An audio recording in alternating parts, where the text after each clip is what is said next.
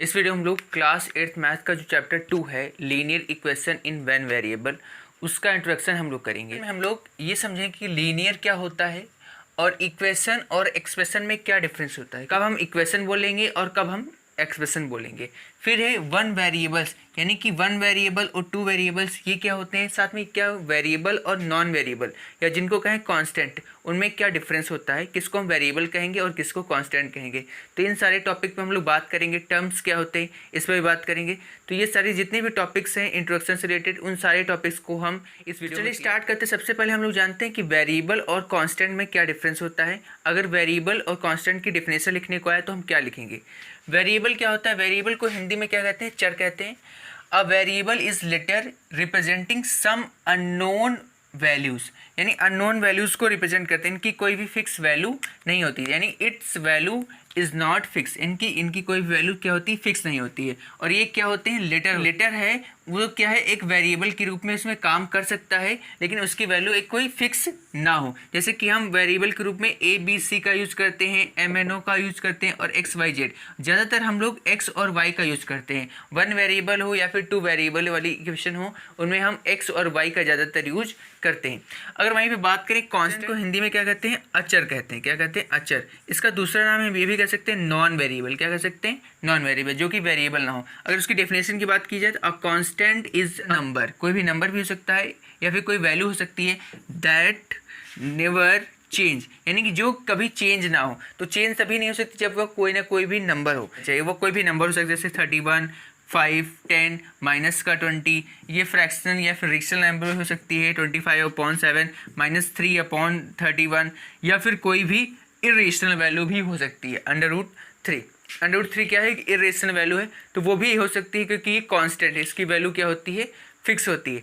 तो आप समझ गए हो कि वेरिएबल और कांस्टेंट में क्या डिफरेंस, एक्सप्रेशन और इक्वेशन में क्या डिफरेंस होता है, कब हम इसको एक्सप्रेशन बोलेंगे और कब हम इसको क्या कहेंगे, इक्वेशन कहेंगे। बात करेंगे अलजेब्रिक एक्सप्रेशन और अलजेब्रिक इक्वेशन हम कब कहेंगे। देखो, इक्वेशन हम तब कहते हैं जब उसमें इक्वल का साइन हो। जब उसमें इक्वल का साइन, यानी ऐसा साइन अगर कहीं पे दिखे तो वो क्या होगा, इक्वेशन होगा। जैसे कि यहाँ पे मैं कुछ एग्जांपल देता हूँ। जैसे कि हमारा जो क्वेश्चन दिया हुआ है 5x + 3, तो आपसे मैं पूछूं क्या इसमें कहीं आपको इक्वल का साइन दिख रहा है, इक्वल का साइन नहीं दिख रहा है, तो ये होगा हमारा अलजेब्रिक एक्सप्रेशन, यानी कि ये वाला होगा अलजेब्रिक एक्सप्रेशन होगा। फिर यहाँ पे दूसरे वाले में 12x + 3 = 9, यहाँ पे आपको इक्वल का साइन दिख रहा है, तो ये हमारा क्या होगा, अलजेब्रिक इक्वेशन। फिर वहीं पे बात करें 2y + 5 = 9/7, तो यहाँ पे भी हमें इक्वल का साइन दिख रहा है, तो ये भी हमारी क्या होगी, अलजेब्रिक इक्वेशन। फिर वहीं पे दूसरा क्वेश्चन है, फिर यहाँ पे डी वाला जो क्वेश्चन है 2/5y + 7, यहाँ पे कुछ भी आगे पीछे इक्वल का साइन नहीं दिया हुआ है, तो ये हमारा क्या होगा, अलजेब्रिक एक्सप्रेशन होगा। तो आई होप आप समझ गए होंगे कि कब हम अलजेब्रिक एक्सप्रेशन कहेंगे और कब हम अलजेब्रिक इक्वेशन या फिर एक्सप्रेशन को लीनियर कब बोलेंगे और कब लीनियर नहीं बोलते हैं। देखो, लीनियर हम तभी बोल सकते हैं जब वेरिएबल की पावर कितनी हो, सिर्फ और सिर्फ एक हो, ना तो एक से कम हो और ना ही एक से ज़्यादा हो। जैसे कि मान लीजिए यहाँ पे दिया हुआ है 2x + 5, ठीक है। तो 2x + 5 क्या है, हमारा एक लीनियर है, क्योंकि x की पावर कितनी है, एक है। तो यानी कि लीनियर होने के लिए पावर सिर्फ एक होनी चाहिए, एक से ना तो कम होनी चाहिए और ना तो एक से ज़्यादा। अब नॉट लीनियर तभी होगा जब उसकी पावर एक से कम होगी, मान लीजिए हाफ या फिर 1/4, ठीक है, या फिर एक से ज़्यादा होनी चाहिए, यानी 2, 3, 7 एक्सेट्रा, ठीक है। तो जो आप समझ लीजिए कि लीनियर होने के लिए पावर सिर्फ और सिर्फ एक होनी चाहिए, ना तो एक से कम ना तो एक से ज़्यादा। और नॉट लीनियर के लिए उसकी पावर क्या होनी चाहिए, या तो एक से कम होनी चाहिए या तो एक से ज़्यादा होनी चाहिए, तब वो क्या होगा, नॉट लीनियर हम उसको कहेंगे। इक्वेशन आप जानते हैं, इक्वेशन होने के लिए इक्वल का मार्क जरूरी है, यानी मार्क जरूरी है, और एक्सप्रेशन होने के लिए इक्वल का मार्क जरूरी नहीं है। साथ में इन वन वेरिएबल की बात कीजिए, क्योंकि हम लोग पढ़ेंगे linear equation in one variable.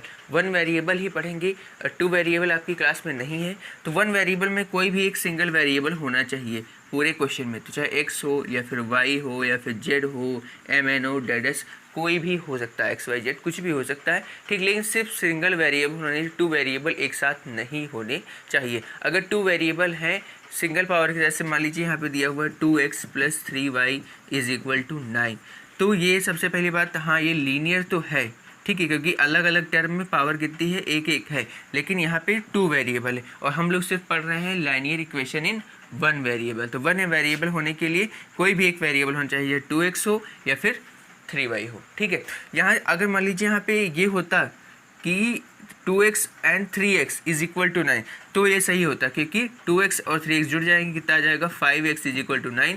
तो यहाँ पे एक है पावर, तो इसलिए लीनियर है, और 1 वेरिएबल क्योंकि हम लोग पढ़ रहे हैं तो यहाँ पे एक वेरिएबल है, तो हम इसको कह सकते हैं, और इक्वेशन भी है क्योंकि यहाँ पे इक्वल का मार्क है, तो हम कह सकते हैं ये क्या है, लीनियर इक्वेशन इन 1 वेरिएबल है। चलिए हम लोग कुछ क्वेश्चन करते हैं, जैसे कि हम इसको पूछते हैं कि ये क्या है, ये लीनियर है या नहीं, क्योंकि इसकी पावर एक है तो ये लीनियर तो आसानी से है। ठीक है, अब आपसे पूछते हैं कि ये इक्वेशन है फिर या एक्सप्रेशन है, तो ये एक इक्वेशन नहीं है क्योंकि इसमें इक्वल का मार्क नहीं है, तो ये क्या है, एक्सप्रेशन है। 1 वेरिएबल है या फिर 2 वेरिएबल, इसमें सिर्फ सिंगल वेरिएबल है, तो एक 1 वेरिएबल है। ठीक है, फिर नेक्स्ट है 2y² + 9 इज इक्वल टू 8, यहाँ पे पावर एक से ज़्यादा है इसलिए ये लीनियर नहीं है। ठीक है, और आपसे पहले पूछो इक्वेशन या एक्सप्रेशन, ये इक्वेशन तो है लेकिन लीनियर नहीं है। फिर साथ में मैं पूछता हूँ कि 1 वेरिएबल में, हाँ वेरिएबल तो सिर्फ सिंगल y है, तो ये 1 वेरिएबल में तो है। फिर 7y इज इक्वल टू 9, ये क्या है, लीनियर इक्वेशन इन 1 वेरिएबल है या नहीं, सब कुछ चेक करेंगे। सबसे पहले चेक करेंगे लीनियर है या नहीं, तो लीनियर है क्योंकि y की पावर कितनी है, एक है, तो लीनियर है। फिर साथ में यहाँ पूछेंगे इक्वेशन है, हाँ ये इक्वेशन भी है, और साथ में एक वेरिएबल, हाँ 1 वेरिएबल, तो ये हम कह सकते हैं ये जो इक्वेशन लिखा हुआ है ये लीनियर इक्वेशन इन 1 वेरिएबल है हमारा। अगर बात करें इसकी, तो इसमें क्या देखो x और y यहाँ पे 2 वेरिएबल है, तो ये लीनियर इक्वेशन 1 वेरिएबल नहीं, क्योंकि हम लोग पढ़ रहे हैं लीनियर इक्वेशन इन 1 वेरिएबल, तो ये लीनियर इक्वेशन इन 1 वेरिएबल नहीं, क्योंकि यहाँ पे 2 वेरिएबल है।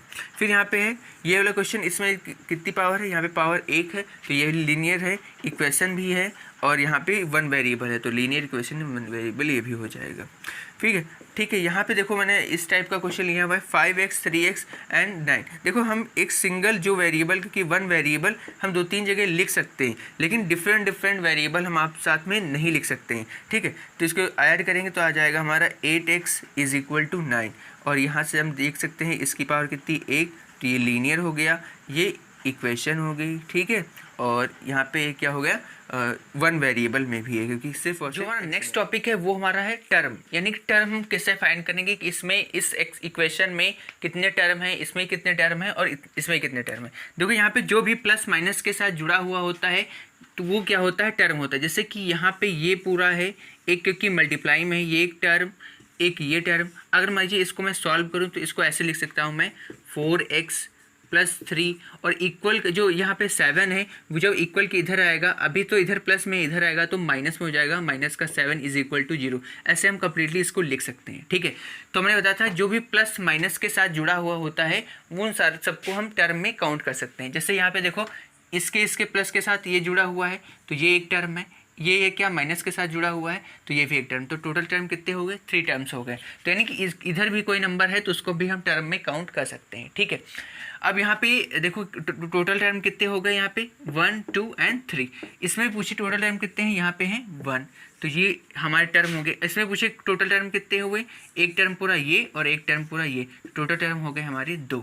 यहाँ पे देखो 3 × y दिया हुआ, उससे मतलब हमारा नहीं है। ठीक है, वो पूरा एक ही टर्म में काउंट किया जाए। जो हमारा पॉइंट है वो है कोफिशिएंट का। कोफिशिएंट हम कैसे फाइंड करते हैं, कोफिशिएंट का मतलब होता है, हिंदी में अगर कहें तो गुणांक होता है, कि जो भी मल्टीप्लाई में जो भी नंबर होता है वही कहलाता है हमारा कोफिशिएंट। जैसे कि मैं आपसे पूछूं coefficient of x, coefficient of x यानी कि x का कोफिशिएंट क्या होगा, तो x का कोफिशिएंट मतलब कि x के मल्टीप्लाई में कौन सा नंबर है, x के गुणे में कौन सा नंबर है। तो x के मल्टीप्लाई देखो यहाँ पे 3 और x के बीच में एक ऐसा रिलेशन है, एक क्रॉस यानी मल्टीप्लाई वाला रिलेशन है 3 और x के बीच में।